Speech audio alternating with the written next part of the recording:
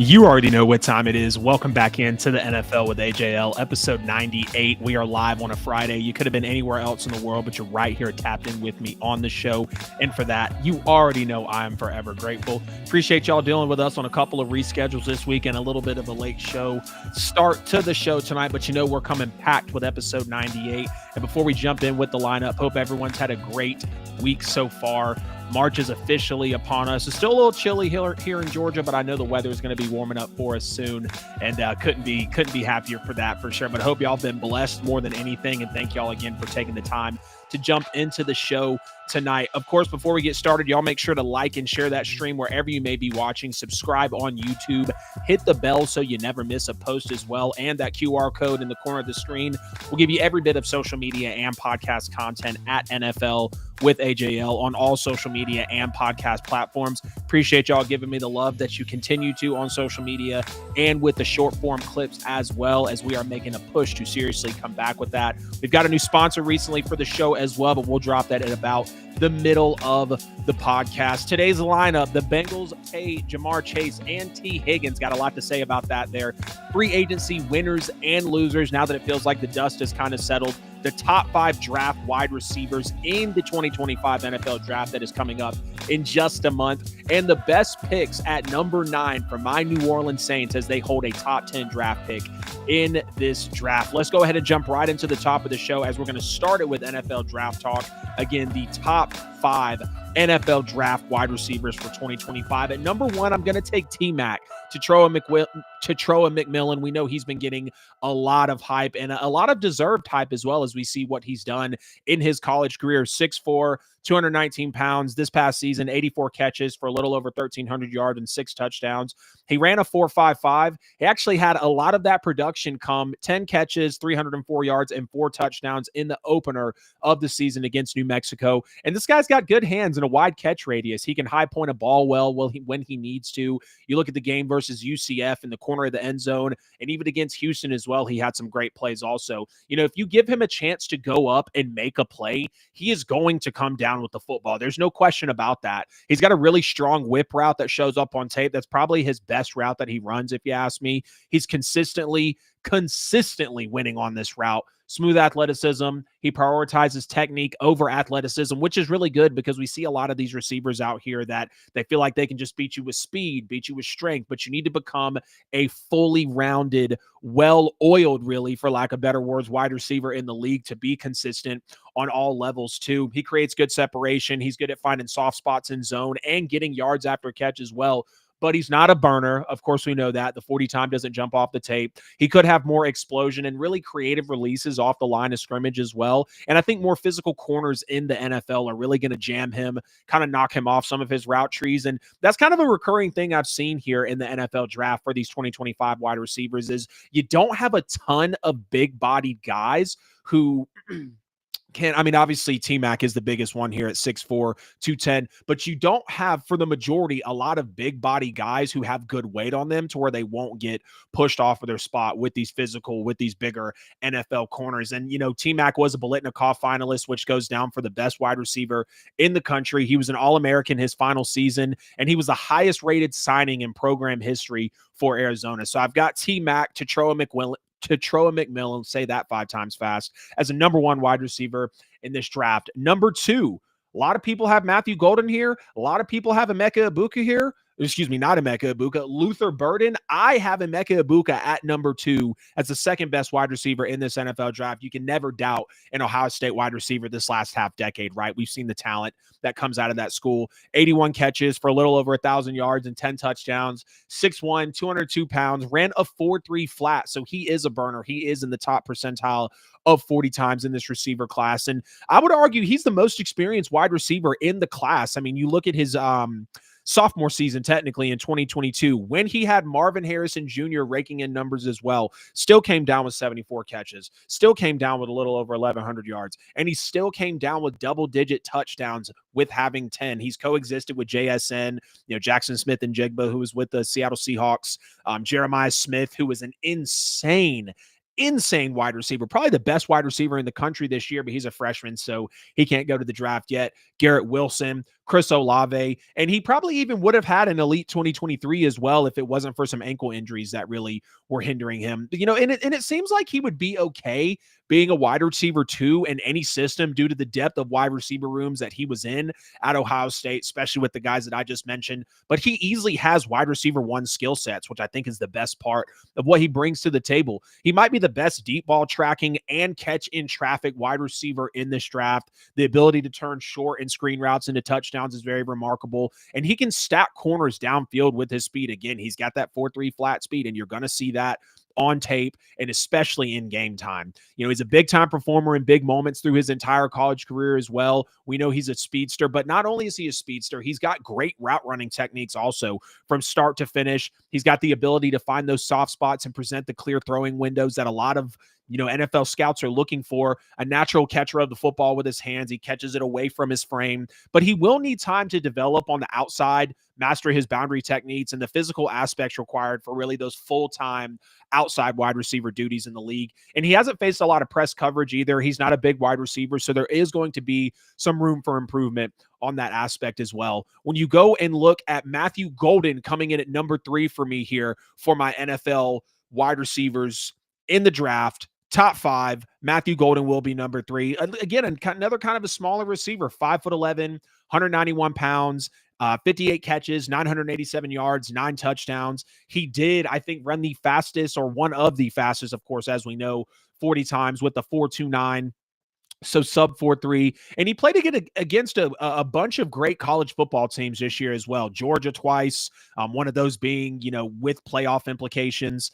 Michigan at the beginning of the year before they ended up falling off the cliff. Texas A&M, Ohio State, Arizona State in the playoffs as well. And he really has that big game talent to make an impact. He had 162 yards in the SEC championship game, 149 yards, and the game-winning touchdown in overtime against Arizona State as well. Multiple 100-yard games in crucial late season matchups. I think he does pretty well at changing his speeds to set up breaks and create separation, not only against man, but also against zone. A very explosive playmaker. He can turn routine plays into big gains, and he's a pretty twitchy route runner as well. Also has natural hands, catches the ball away from his body, away from his frame. And despite being smaller, he is pretty competitive at the catch point, so he can go up high point of football, take that back shoulder throw, being physical if he needs to down the sideline. But he does need to become a complete receiver with his releases and his breaks instead of relying so heavily on his speed with that 4.29 40. He did have a little bit of injury history as well, and I think he'll need to bulk up for some of the physicality of the defensive backs in the NFL. At number 4, give me Luther Burden III, 61 catches for 675 yards and 6 touchdowns, which might not sound great for a guy who's a top 5 receiver on my board. And a lot of people are thinking that Luther Burden is a first-round talent here. All of those numbers were with Brady Cook as his quarterback. Luther Burden did run a 4.41. He was the program's highest-rated receiver prospect ever. And again, he does have lower stats than other wide receivers in the draft, but Mizzou's passing attack last year was not the greatest. They had 1,100 yards fewer in 2024 than they did in 2023, and Brady Cook wasn't the best last season either. The year before, Luther Burden had 86 catches for 1,200 yards and 9 touchdowns. He can really take those design runs or short routes, long distances with his yards after the catch, and he's a pretty shifty athlete who reads his blocks well, and he can create plays in space. Good body control on the sideline and some back shoulder catches as well. He is strong enough to lower his shoulder and run you over, so don't let his size fool you whatsoever. He does stand at a very strong 6 foot, 206 pounds, like we said, coming into talking about Luther Burden here. Very solid tackle breaker.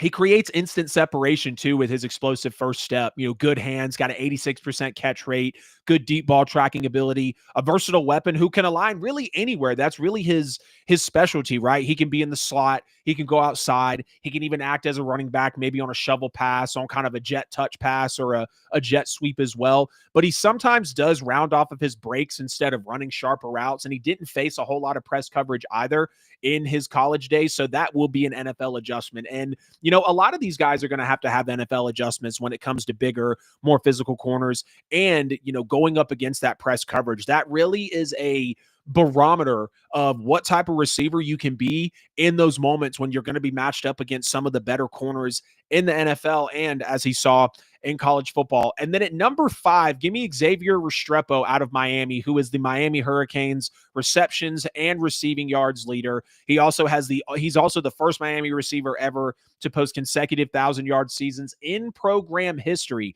69 catches, a little over 1,100 yards, 11 touchdowns. I almost said 27 touchdowns, but he is 5'10". Now, 209 pounds. He's going to come in pretty stout. When you look at him on tape and when you see how he plays on the field, I think he shows good body control. I think he plays well with his height and weight, all things considered. 200 receptions in his career at Miami, 2,844 receiving yards, the most in Miami Hurricanes college football history. And that's talking about a lot of greats that went through Miami. We know the NFL legends that went through the Miami Hurricanes. He can lower the shoulder, show his toughness, his physicality as well. And he's pretty good at jump balls and contested catches with really good concentration in those moments too. Pretty savvy route technician. A veteran level understanding of zone coverage, I think, is what separates Restrepo from a lot of guys in this draft. He's really good at finding soft spots and adjusting to routes based on defensive leverage too. And he's consistently fighting through press coverage. He's not one of these receivers that is going to need to see more press coverage to develop as a receiver because he has already seen a good bit of it with being the number one offense in the country, having Cam Ward as his quarterback and, just putting up a ton of points and numbers through his year before going into the draft. But he's not going to be a big time deep threat or yards after the catch guy as well. He did run a 4.45, which is very solid, but he's not going to be a big time deep threat. And the physical DBs could get to him with him being a little shorter at 5'10". But again, when you're 5'10", 209 pounds, you're going to look stout standing on the line. You're going to have great body control. Those DBs are going to feel it in and out of the routes as you're working on them. And I think Restrepo is going to be a very solid receiver in this draft. I don't see Restrepo in really anybody's top 5 here. And I don't see Restrepo in, really even some people's top 10s. But when you look at what Restrepo put on tape, and when you look at what he did with Cam Ward, helping Cam Ward elevate to that level of quarterback play, and not that Cam Ward wasn't already there before, but Restrepo is a very solid quarterback, or not a quarterback, a very solid receiver. I had guys like Isaiah Bond, Tez Johnson, Elick Eiermanner, Trey Harris kind of outside of this bubble as well. But to me, the big 5 is Restrepo at 5, Luther Burden at 4, Matthew Golden at 3, Emeka Ibuka at number 2, and then Citroa McMillan at number 1. I could even argue that Ibuka could be the number 1 receiver in this draft just because I think he has the best tape of anyone in this draft, but I'll happily put him at number 2 because T-Mac at 6'4", 219 pounds, running that 4.55 is definitely something admirable to take a look at as you go through these wide receivers in the draft. And again, I even like Tez Johnson, but he's a very small receiver as well. 5'10", 154 pounds, ran a 4.51. He did lead Oregon in all major receiving categories, but I'm comfortable with the 5 that I have in my top 5. So y'all get in the chat, get in the comments, let me know what you think of the top 5 NFL draft wide receivers that we just laid on you. I'd love to hear what you guys think. And if there's someone in my top 5 that you don't have, or vice versa, if there's someone in your top 5 that I don't have, maybe you want to give me a top 10 list, drop it in the comments. I would love to hear it from you. These are the top 3 picks that the New Orleans Saints need to look at picking number 9 in the NFL draft. I'm going to say defensive end first. We really need a premier defensive end, edge rusher, outside linebacker, whatever you want to call it. We know that they change up these positions a good bit. And when you look at, there's Chase Young, there's Devon Gottschall, you've got Carl Granderson, you've got Cam Jordan, you got Brian Bresee. All those guys are great, but if you're talking about an absolute game changer off the edge for the New Orleans Saints defensive line, you have to look at defensive end. And when you see the players that the Saints have on their defensive line, they're solid. They're respectable. People are still going to respect Cam Jordan in his 15th year. Chase Young was top 6, top 7 in pressures last year.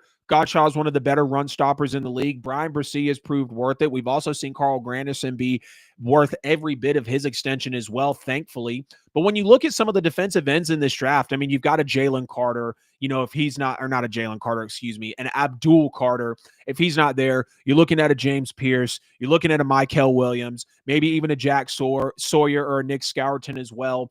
Any of those guys would be great, but you just need to go get a premier edge rusher because the best way to win in the NFL is to not only have a great quarterback, but have somebody who can disrupt the quarterback as well. And that's what an edge rusher, that's what a great defensive line is going to do. We see what the Myles Garretts, the TJ Watts, the Boses of the world are able to do. We just watched the Philadelphia Eagles with the best D line in the league win a Super Bowl without blitzing against Patrick Mahomes and Andy Reid.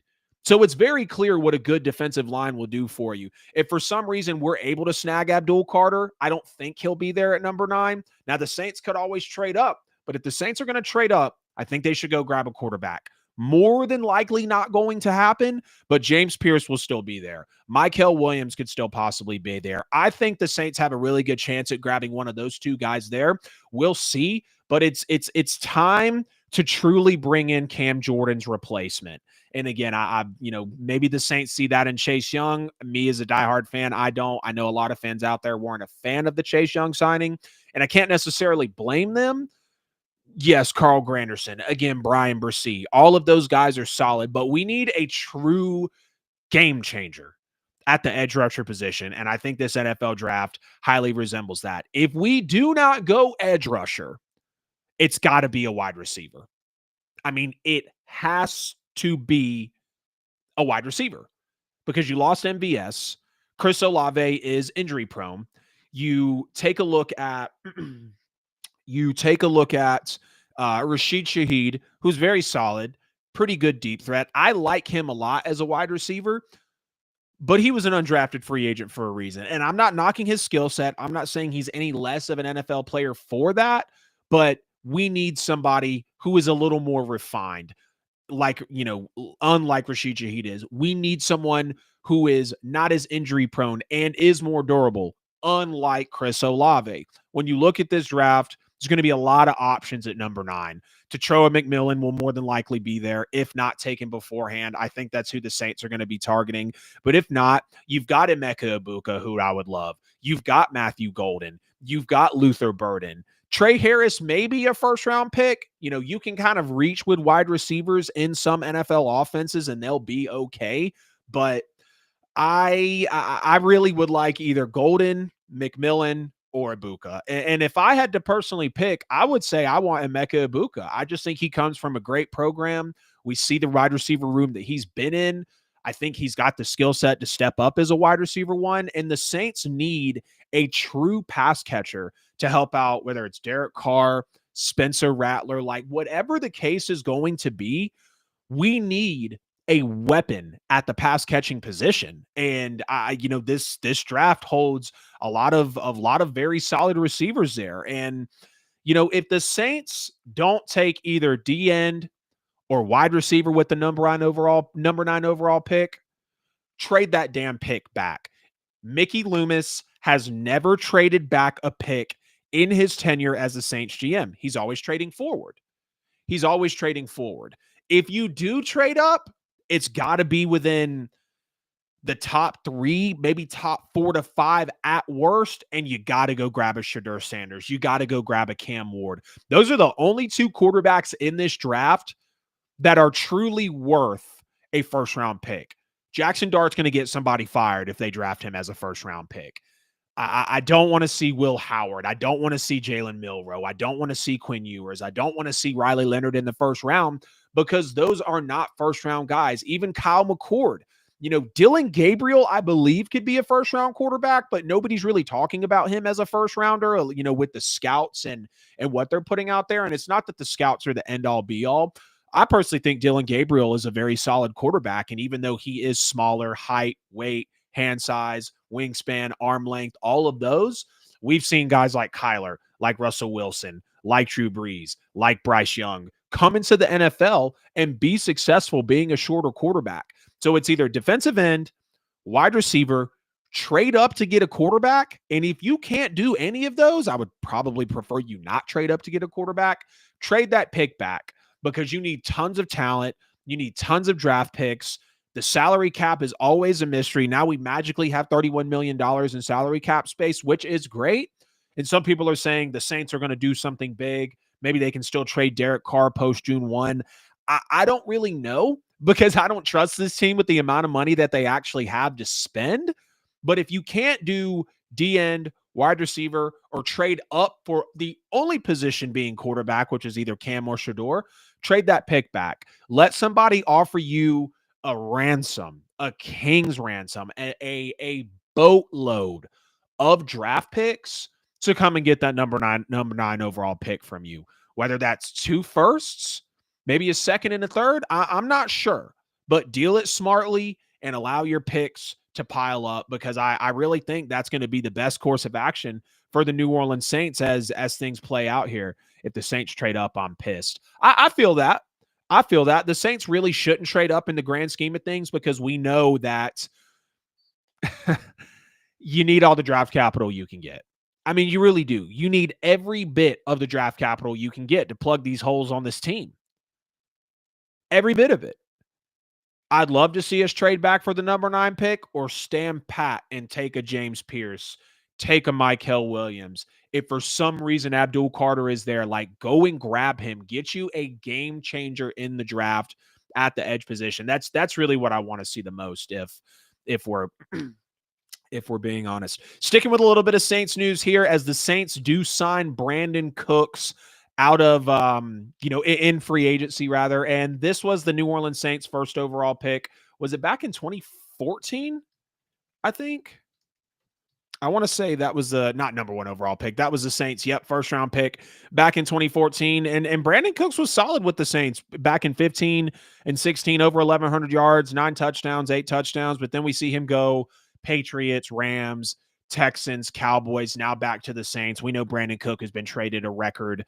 Brandin Cook has been traded a record 6 times, I think it is, in the NFL. And this just provides good depth for us, very solid depth at the receiver position. We know the last time Brandin Cooks really had an effect was his first 2 years with the Texans in 2020 and 2021. Little over 1,100 yards, a little over 1,000 yards, 6 touchdowns in each of those seasons with 2020 and 2021. But when you're talking about an MVS getting out of the building, which I really hated to see, I feel like that's really the replacement that Brandin Cooks is going to be working, or that's the play. It's going to be the place of MVS that Brandin Cooks is really working in, providing that veteran leadership to an Olave, providing that veteran leadership to a Rashid Shaheed, and hopefully a Tetroa McMillan, maybe a Matthew Golden, and Emeka Ibuka at number 9, if the Saints are able to make that happen. And overall, the move is solid. I don't think it's going to be a necessary needle mover, because he only had 259 yards and 3 touchdowns last year, 26 catches, which actually gave him a average of 10 yards a catch, which is solid, all things considered, in your 10th NFL season at 31 years old. But it's going to be interesting to see how the Saints deploy him. Kellen Moore, how's he going to work him into the offense? How are him and Derek Carr going to mesh early on? It's really going to be pivotal of Brandin Cooks really just providing that depth presence for us in the Saints NFL locker room. And I'm glad we brought in someone that can provide that leadership, that can give us that depth, but we still need a lot more packing it in here. And then, of course, we see that Lucas Patrick, he is now, Lord, of course, I just lose the team that he went to. Who did Lucas Patrick just go to? The Bengals picked up Lucas Patrick, which is solid for the Bengals. Lucas Patrick was one of our better offensive linemen. I hate to lose him, because I do feel like offensive lineman is one of our weaker positions in the NFL right now. And if you want to be solid in the league, we know that you have to have a solid offensive line. So I hate to see Lucas Patrick go. He was one of our better linemen in the league. And we even saw through the first couple of weeks when the Saints were fooling everybody, making them think that they were a really solid team with the first couple of games offensively, and just the way that things were clicking, it was good to see. And when you look at Lucas Patrick playing a role in that, 64.6 overall grade with PFF, that was 54th out of 135 guards. So roughly in the top 40%, if I'm doing that math correctly.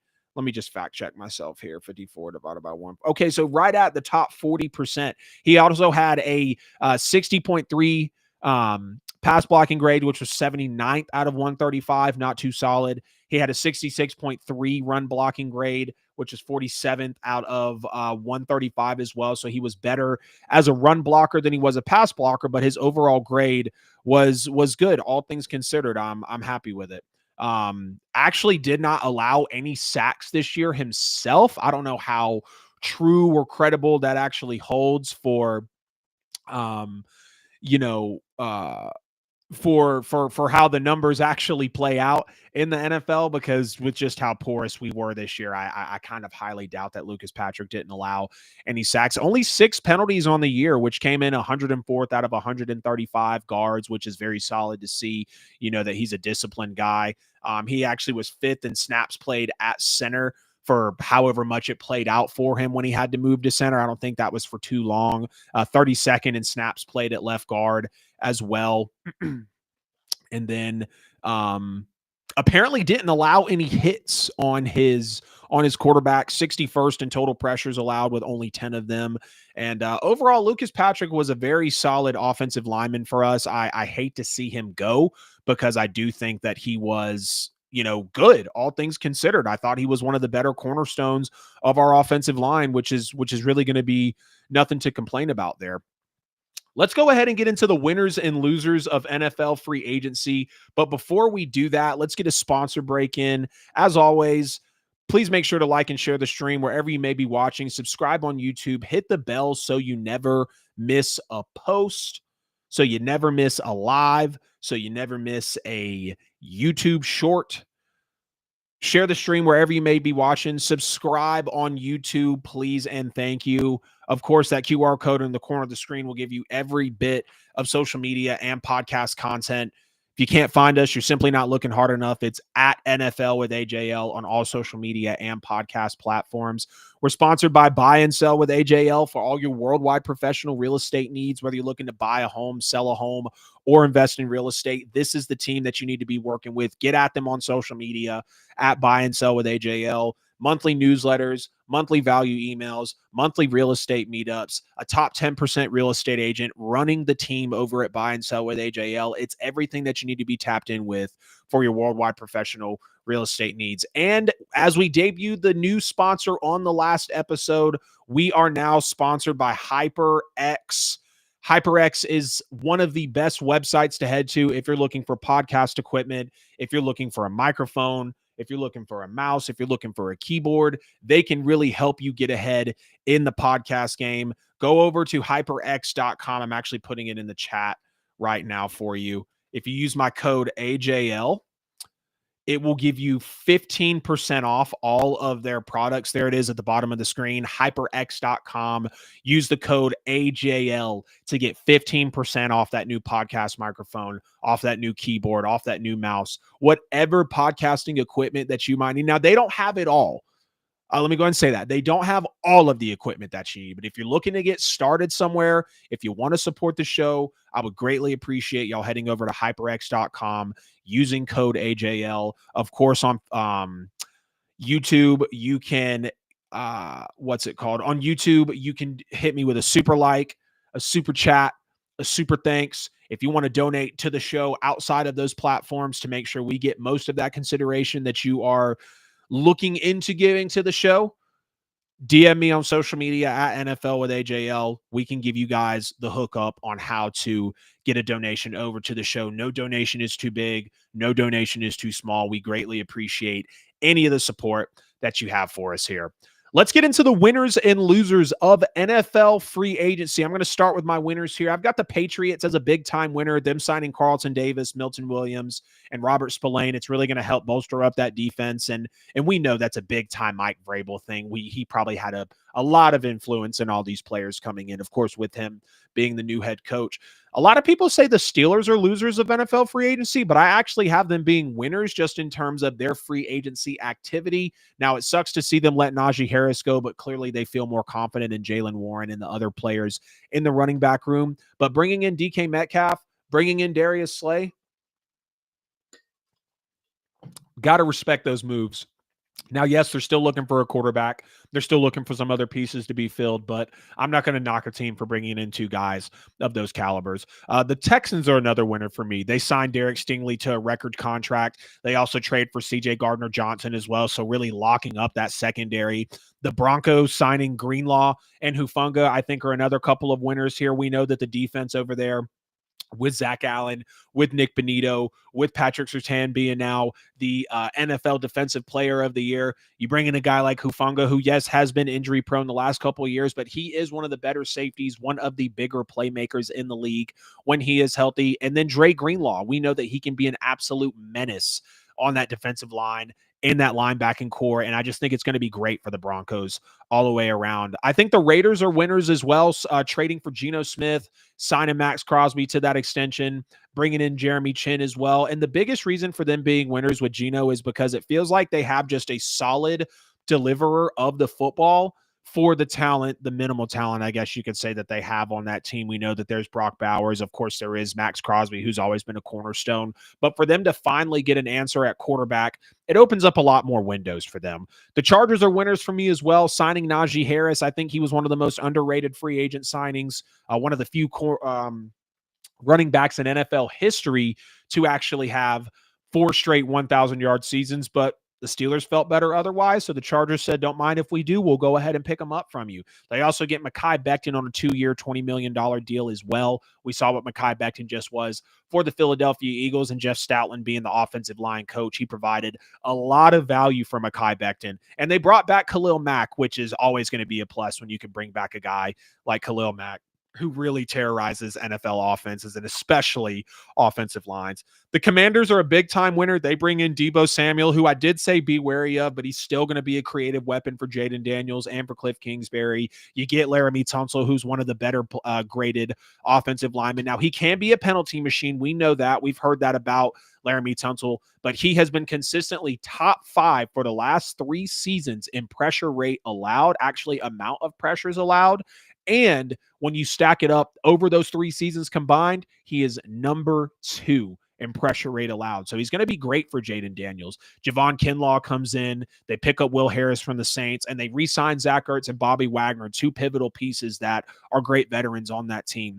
The Bears absolutely made out like a bandit in free agency, getting Grady Jarrett. They rebuild that offensive line and Drew Dahlman, Jonah Jackson, Joe Tooney. I believe they brought in another offensive lineman that I just didn't have here on the note sheet, but we know that they did a lot for their trenches, and this draft is really going to be big for them. I think they're going to be looking to bolster that up even more. The Vikings bring in Javon Hargrave and Jonathan Allen. Now, yes, we talked about this on the last show with Marcus when, Javon Hargrave coming off of an injury, Jonathan Allen coming off of an injury. I think one had a triceps, one had a calf injury. So we know that it sidelined them both for a good bit last season. But those guys are going to be difference makers on the defensive line when you really look at what they have defensively and knowing that they lost to Danielle Hunter. And now they're able to kind of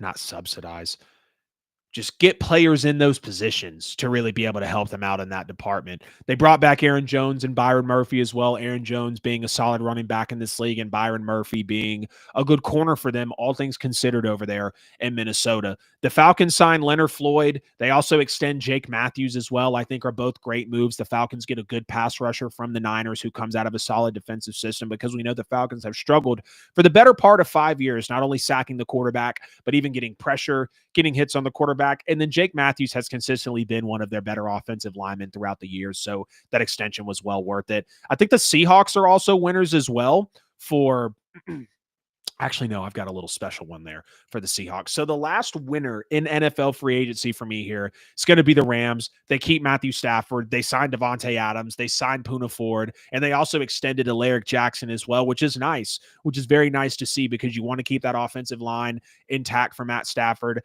Devontae Adams, I did give that like a C+ rating, because you trade one older injury-prone wide receiver for another getting older, potentially injury-prone receiver as well. Now, Devontae Adams has been pretty healthy the last couple of seasons, but we saw how the turf toe, really gave him some hiccups a few years back. And then Poona Ford is an absolute force on the defensive line as well. So I thought it was really good for them to pick him up. You still got Braden Fisk. Obviously, you've got, Jared Verse as well, who looked very good. So the Rams are just keeping things rolling. These are my double dippers in NFL free agency. Not only winners, but losers as well. I've got 4 teams here. The Cincinnati Bengals, I'll give them a win for locking up Jamar Chase and T. Higgins. the best wide receiver 1 and 2 duo potentially in the NFL right now. Yes, there's a Smitty and A.J. Brown out there. We know about Devontae Adams and Puka Nacua. No question about that. But it's not going to be a loss when you're able to lock up Jamar Chase and T. Higgins, the highest paid wide receiver 1 and highest paid wide receiver 2 in NFL history. But I'm going to make them losers for the defense not getting any help in free agency, for them spending 45% of their salary cap between Joe Burrow, Jamar Chase, T. Higgins for next year. And then for some reason, if they bring back Trey Hendrickson, they're going to be spending over half their salary cap next year just on 4 players. Now, Trey Hendrickson is 100% worth it. Don't get me wrong about that. But will they actually have the means to bring him back? The Saints, I'm going to say, are both winners and losers in NFL free agency. It's a win for getting Justin Reed in the building from the Chiefs. You bring back Isaac Yiadom from the San Francisco 49ers, who wasn't good for the Niners last year, but the season before with the Saints, he was very solid. So hopefully Brandon Staley can get him back into New Orleans shape. Devon Godchaux, you heard me talk about it here on the show. I'm very excited about that signing for the Saints. Great run stopper, great tackler, gets a lot of his opportunities when he needs it. And then you bring back not Cam Ward, you bring back Cam Jordan for his 15th NFL season. He agrees to rework his deal, which is great. And then it's going to be a loss for the Saints when you sign Chase Young to that type of contract. Now, I did defend Chase Young, saying that I thought the contract was more worth it than people think because of us needing that defensive line presence. But $17 million a year, I think it's up to $57 million he can get in incentives if he performs up to this contract. I don't like it. And then the Jawan Johnson signing. I'm so tired of the Jawan Johnson experiment. I really am. The makeshift tight end, wide receiver, whatever you want to call it.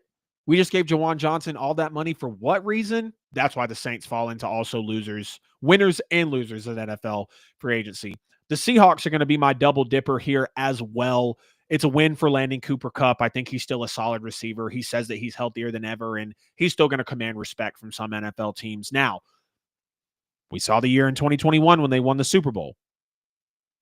I don't know if he's able to replicate that. But with Sam Darnold as his quarterback, I'm really not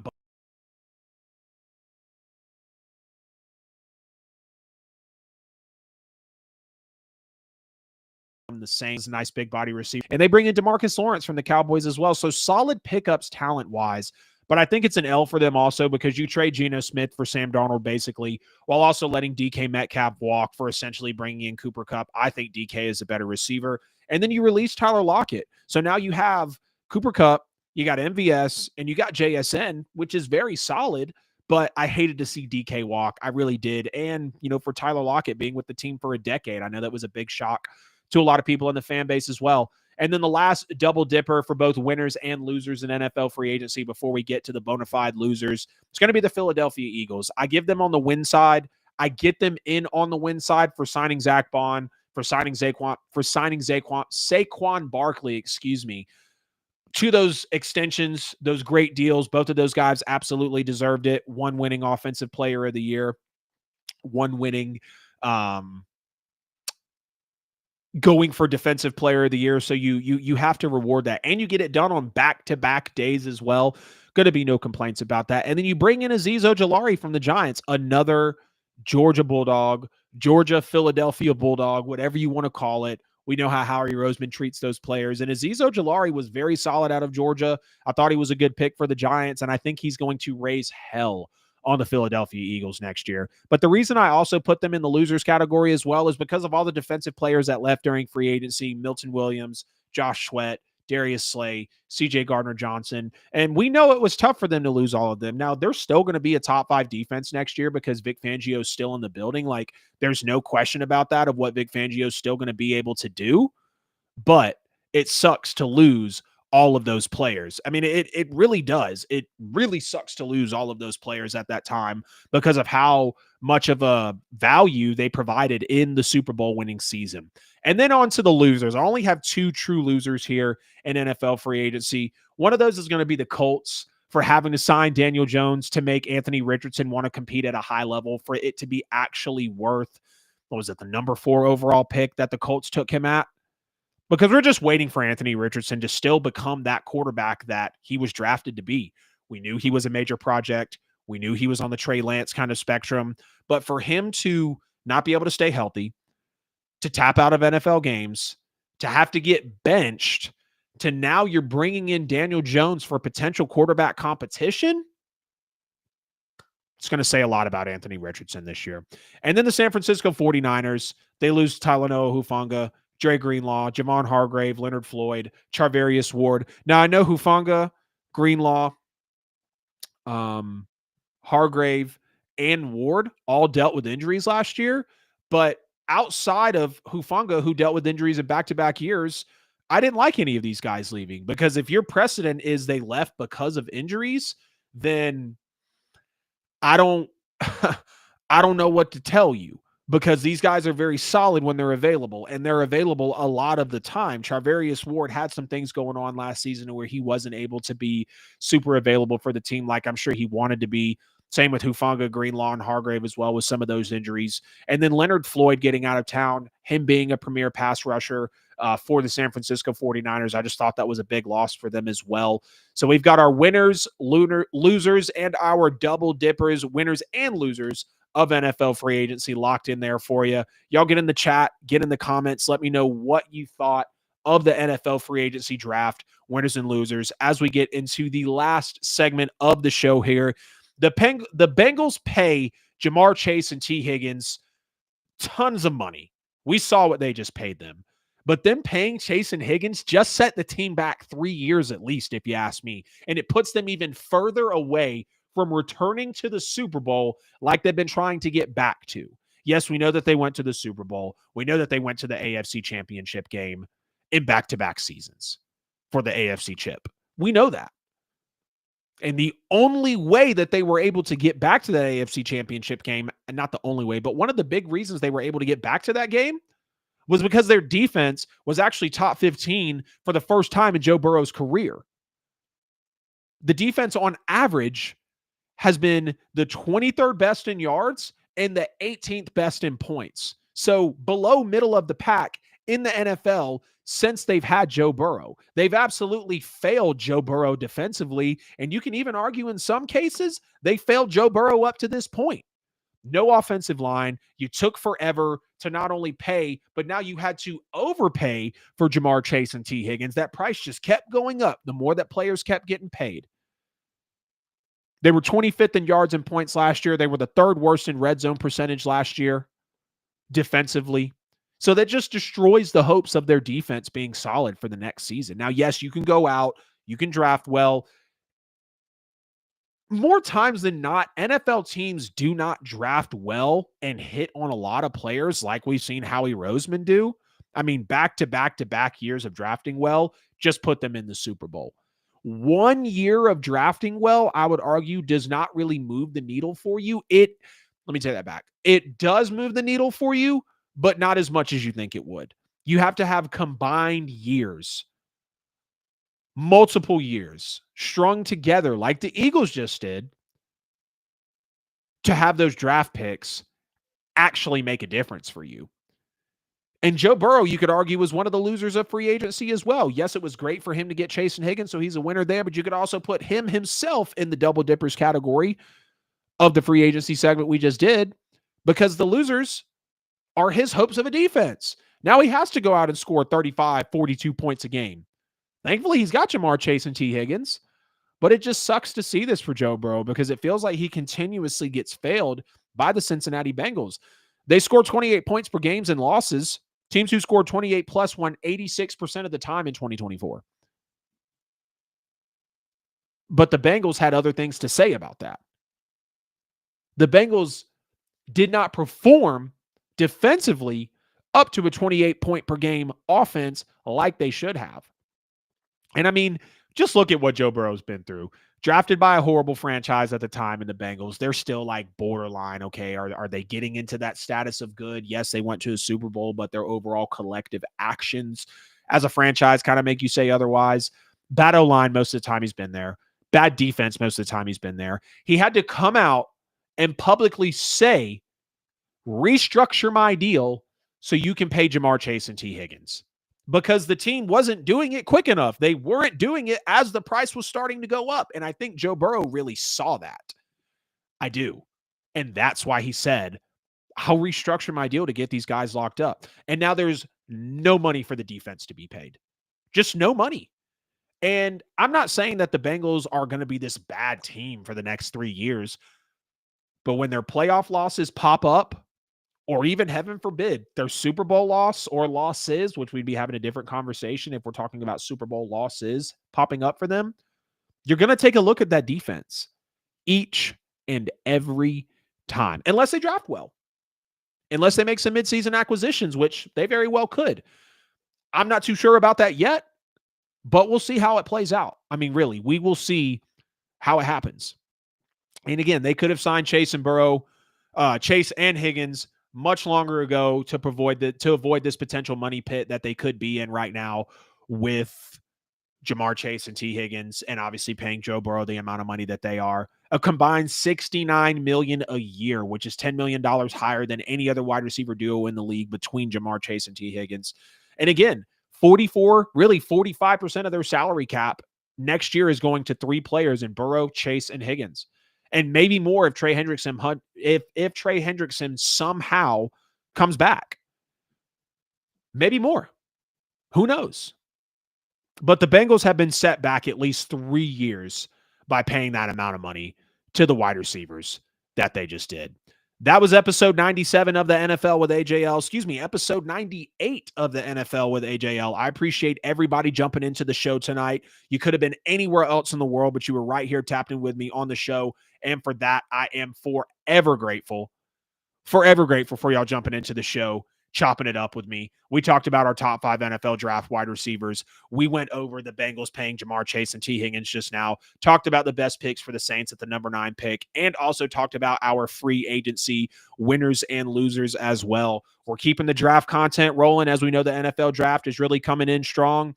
We're keeping the shorts going, as I know you guys are loving it on social media, and I just appreciate the patience, the flexibility, and all of the support that you guys are truly giving me. Before we get out of here, y'all, please make sure to like and share that stream wherever you may be watching. Subscribe on YouTube. Hit the bell so you never miss a post. At NFL with AJL on all social media platforms. That QR code there in the corner of the screen will give you every bit of social media and podcast content. Again, at NFL with AJL. We're sponsored by Buy and Sell with AJL for all your worldwide professional real estate needs. And do not forget that we also are sponsored by HyperX.com. Use code AJL to get 15% off of your order. Go get you a podcast microphone. Go get you a keyboard. Go get you a mouse if you need it. Go get you some essential starter podcast equipment, please, from HyperX.com. You can also drop a super like, a super chat, a super thanks, a super whatever it may be on social media, especially on YouTube, to donate directly to the show. If you want to donate to the show in another possible way, DM me at NFL with AJL, and I'll get you guys the hookup on being able to donate to the show, as no donation is too big or too small. I love y'all. I need y'all. And I will see you guys in episode 99 of the NFL with AJL next, because